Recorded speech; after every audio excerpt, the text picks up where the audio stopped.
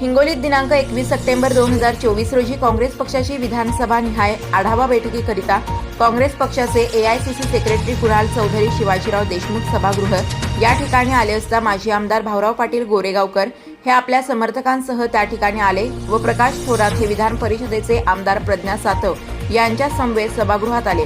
त्याच दरम्यान बसण्यासाठी जागा नसल्याने दोन्ही गट आमने सामने भिडले व राडा सुरू झाला। दरम्यान काँग्रेस पक्षाचे शहराध्यक्ष पवन उपाध्याय यांना प्रकाश थोरात समर्थकांनी मारहाण केल्याचे पवन उपाध्याय यांनी सांगितले आहे। एआयसीसी सेक्रेटरी कुणाल चौधरी यांनी युवकांना शांत करण्याचा प्रयत्न देखील केला व तुम्ही आपापसात भिडू नका तर विरोधकांसोबत भिडा असा इशारा सुद्धा त्यांनी यावेळी दिला। मात्र काँग्रेस कार्यकर्ते यांनी काही ऐकले नाही। मग कुणाल चौधरी हे आढावा बैठक घेतल्याविनाच त्या ठिकाणाहून निघून गेले। प्रखर लेखणीकरिता शेख फैसल, हिंगोली।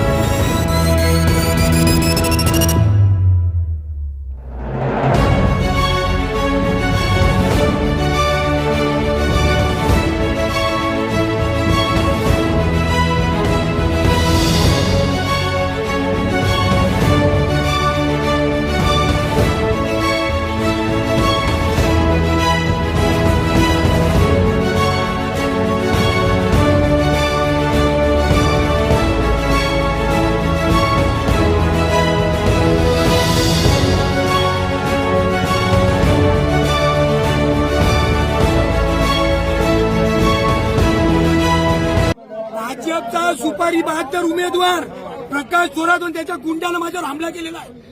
आज पक्षाचे निरीक्षक आले विधानसभा निहाय हे घ्यायसाठी मी पक्षाला 3दा त्याच्याबद्दल तक्रार दिली। त्याचा राग म्हणून त्याच्या 25 ते 30 माणसानं मला मारलं, माझ्या खिशातले पैसे ओढून घेतले, माझ्या खिशाचा दुसरा मोबाईल पण हरवलेला आहे। कंप्लेंट दिली का पोलीस? कंप्लेंट द्यायला मी पोलीस स्टेशनला जातोय। आता पक्षानं जर याच्या विरोधात कारवाई नाही केली तर मी सोमवारपासून टिळक भवनला उपोषणाला बसणार आहे।